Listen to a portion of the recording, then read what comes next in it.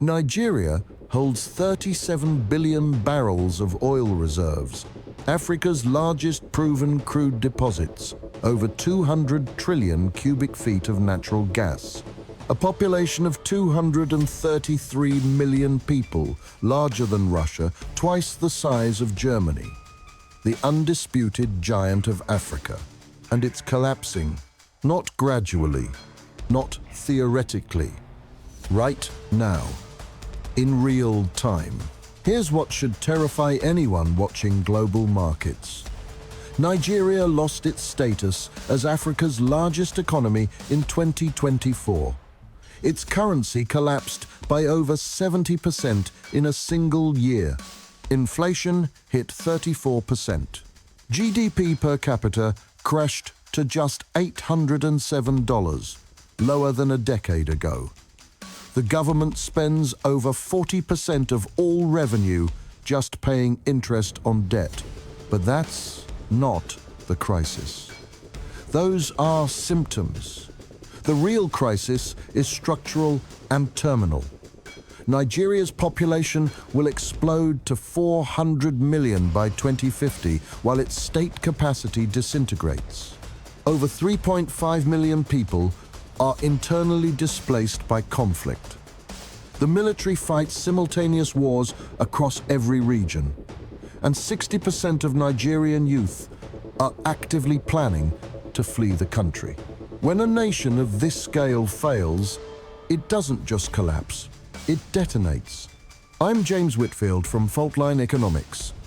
While others chase headlines, we examine the systems that actually shape history, geography, demographics, and economic fundamentals. Today, we're analyzing Nigeria's structural collapse. This is strategic clarity in a complex world.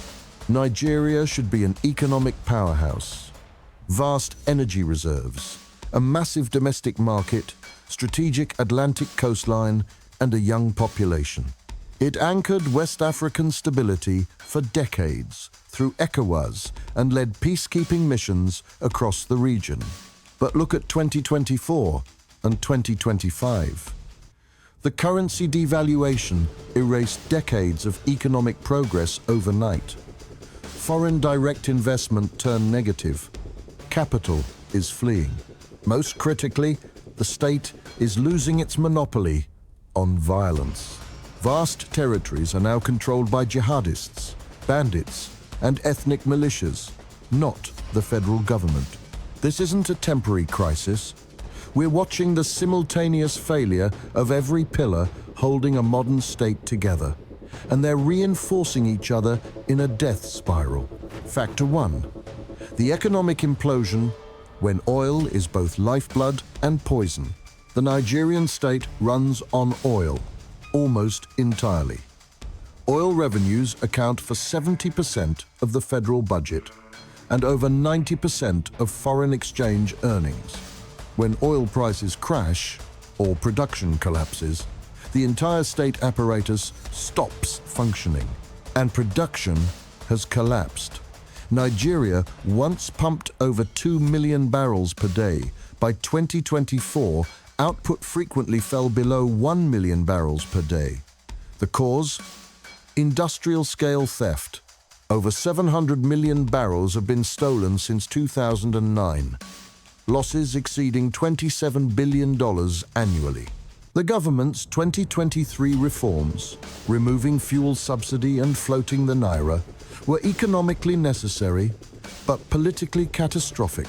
The naira plunged from 460 to over 1,700 per dollar.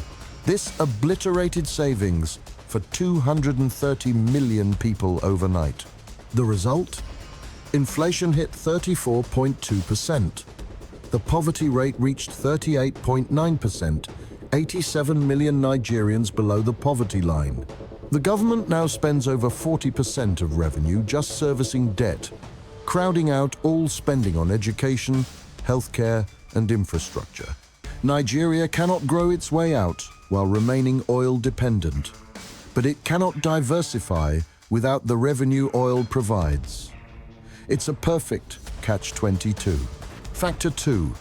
The demographic time bomb, 400 million people, zero jobs. Nigeria's population of 233 million will hit 400 million by 2050. At that point, it becomes the world's third most populous country. The median age is just 18 years old. Approximately 3.5 million young Nigerians enter the labor force every year. The economy creates almost no formal jobs to absorb them. Youth unemployment exceeds 40%, possibly over 50%. That's tens of millions with no opportunity and nothing to lose. Surveys show 91% of Nigerian youth believe the country is moving in the wrong direction. Most damning, 60% have seriously considered emigrating, a number that tripled in 5 years. These unemployed, desperate young people are the recruitment pool for every armed group terrorizing the country. If you're finding this analysis valuable, subscribe to Faultline Economics. We cut through the noise to reveal what actually matters. Factor 3. The security collapse, a state under siege. Nigeria isn't fighting one war. It's fighting 5 simultaneous conflicts, and it's losing all of them. In the northeast, Islamic State West Africa province has established a proto-state. In the northwest, armed criminal syndicates run a brutal kidnapping economy. The Middle Belt is consumed by ethno-religious conflict. The southeast faces renewed Biafran separatist agitation. The Niger Delta remains volatile with oil theft. The Nigerian military is stretched beyond breaking. It cannot win any of these wars. Vast territories have slipped outside federal control entirely.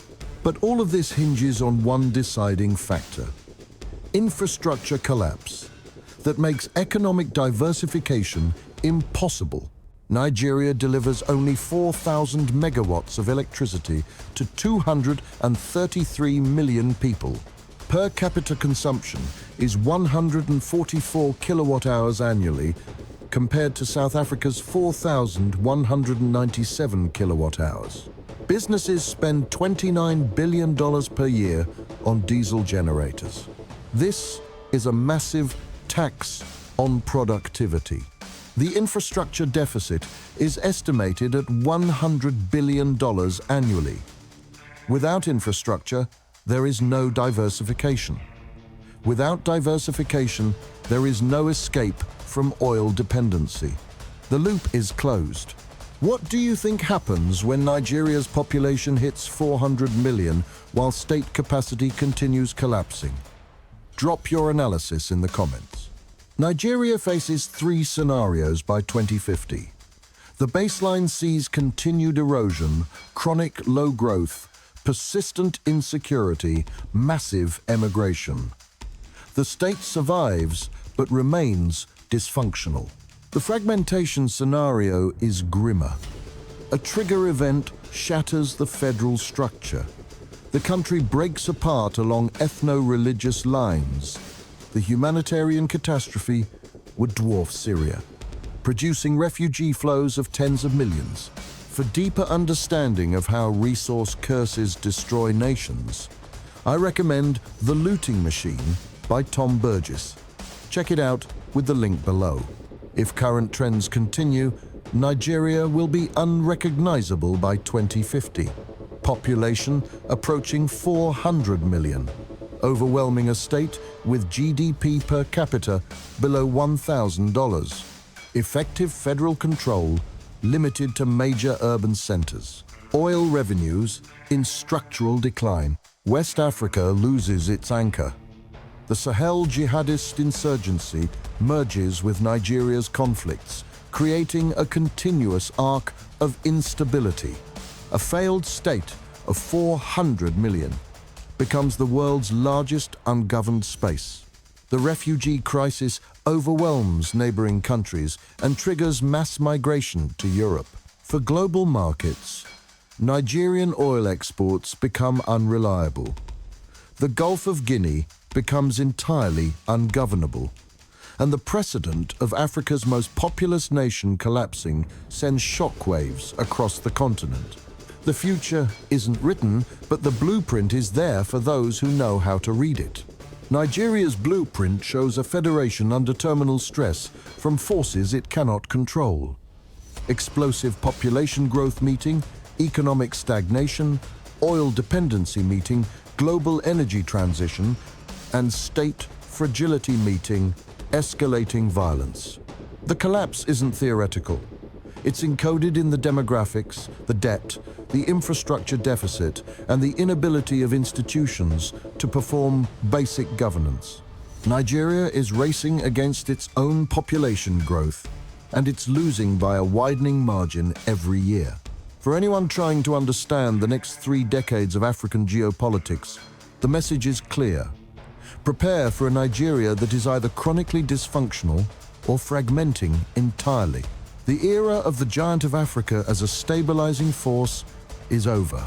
If you gain something from this analysis, subscribe to Faultline Economics and like this video. And as always, stay strategic.